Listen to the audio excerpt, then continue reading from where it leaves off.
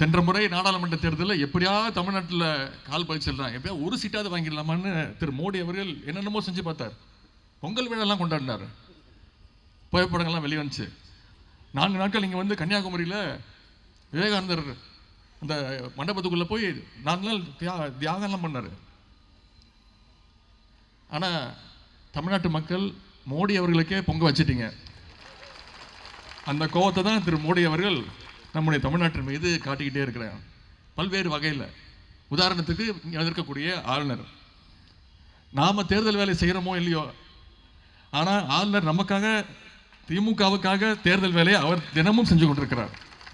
தலைவர் அவர்கள் நகைச்சுவை சொன்னாங்க, ஒன்றிய அரசுக்கு என்னோட வேண்டுகோள், தயவு செய்து தேர்தல் முடிகிற வர ஆளுநரை மாற்றிடாதீங்க அப்படின்னு. இந்த ஆளுநர் கடந்த 4 வருடங்களாக என்ன பண்ணிட்டு இருக்கிறாரு? அவர் என்ன மக்களால் தேர்ந்தெடுக்கப்பட்டவரா? மக்கள் தேர்ந்தெடுத்து வாக்களிச்சு ஆரம்பிச்சாங்களா? ஒன்றிய அரசுடைய நியமன பதவி, ஆளுநருங்கிற பதவி, எந்த பவரும் கிடையாது. நாம் என்ன கொடுக்குறோமோ அதை கையெழுத்து போட்டு கொடுக்கணும், அவ்வளோதான். போஸ்ட்மேன் வேலை, நான் எழுதி கொடுக்குறத வந்து படிச்சுட்டு போகணும், அவ்வளோதான். ஆனால் எனக்கு தெரிஞ்சு சட்டமன்ற வரலாற்றிலேயே சட்டமன்றத்துக்குள்ளே வாக்கிங் போன ஒரே ஆளுநர் யாருன்னா நம்முடைய ஆர்.என். ரவி அவர்கள் தான். எவ்வளோ வேகமாக வருவார், அவ்வளோ வேகமாக போயிடுவார். ஒரு படத்தில் பார்ப்போம் தெரியுமா, வர்றதும் தெரியாது போகிறதும் தெரியாது. அதுக்கு அவருக்கு என்ன காரணம் சொல்கிறாரு? தமிழ்த்தாய் வாழ்த்து பாடக்கூடாது அப்படின்றார். தேசிய கீதம் தான் பாடணும், தமிழ்த்தாய் வாழ்த்து பாடக்கூடாது அப்படின்றார். இதை நம்மளாம் ஏற்றுக்கொள்ள முடியுமா?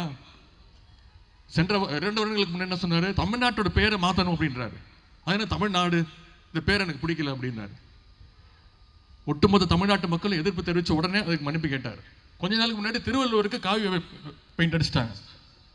இப்படி தமிழ்நாட்டுடைய அடையாளங்களை திருடுகிற வேலையை அவங்க செஞ்சுக்கிட்டு இருக்கிறாங்க. கல்வி உரிமை, புதிய கல்விக் கொள்கைன்னு ஒன்று கொண்டு வராங்க. அதில் விஸ்வகர்மா கல்வி திட்டம், அதுதான் சிறந்த திட்டம்னு ஆளுநர் சொல்றாரு. அது செயல்படுத்தணும்னு சொல்றாரு. நம்முடைய முதலமைச்சர் முடியவே முடியாது அப்படின்ட்டார். திட்டம் என்னன்னா குலக்கல்வி திட்டம். அப்பா என்ன வேலை பார்க்குறாரோ அதே வேலையை தான் பையன் பார்க்கணும், குழந்தைங்க பார்க்கணுங்கிற திட்டம். இந்த திட்டத்தை ஏற்றுக்க முடியுமா? நம்முடைய அரசு பள்ளியில், தமிழ்நாடு அரசு பள்ளியில் படித்த பல மாணவர்கள் தான் இன்றைக்கி உலகம் முழுவதும் பல்வேறு மிக மிக பெரிய பெரிய கம்பெனிகளில் பணியாற்றிட்டு இருக்காங்க, உயர்ந்த பொறுப்புகளில் இருக்காங்க. அதையெல்லாம் அவங்களுக்கு பிடிக்கல, எரிச்சலை தருது. இதற்கெல்லாம் யார் எதிர்ப்பு தெரிவிக்கணும்?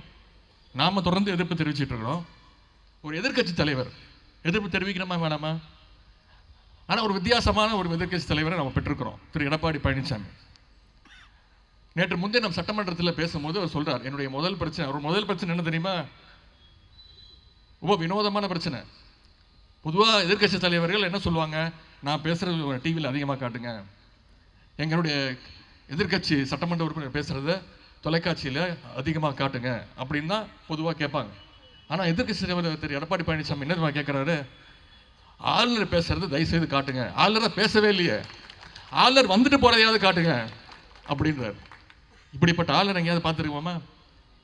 ஏன் அவ்வளவு பயம்? ஒன்றிய பாஜகவை பார்த்து அவ்வளவு பயம். தொடர்ந்து 4 நாட்களாக திரு எடப்பாடி பழனிசாமி அவருடைய சம்பந்தி நெருங்கிய உறவினர் வீட்டில் ரெய்டு. இன்றைக்கு கூட பேப்பரில் தொலைக்காட்சியில் பார்த்தேன், கிட்டத்தட்ட 700 கோடி அளவுக்கு வரி ஏய்ப்பு நடந்திருக்கிறது. என்னைக்கு ரெய்டு விட்டாங்களோ அன்னைக்கே நான் சொன்னேன், கன்ஃபார்ம் கூட்டணி நிச்சயமாக வந்துடும், அதிமுக பாஜக கூட்டணி. சென்ற நாடாளுமன்ற தேர்தலில் 2 பேரும் பிரிஞ்சு வந்தாங்க. 2 பேரையும் பிரிஞ்சு வந்தாலும் ஓட ஓட அடித்து விரட்டினாங்க தமிழ்நாட்டு மக்கள். இப்போ ஒன்றா வரப்போகிறாங்க, நமக்கு வேலை சுலபம். இருந்தாலும் நாம் இன்னும் தீவிரமாக இறங்கி களத்தில் இறங்கி நம்முடைய தேர்தல் பிரச்சாரத்தை மேற்கொள்ள வேண்டும்.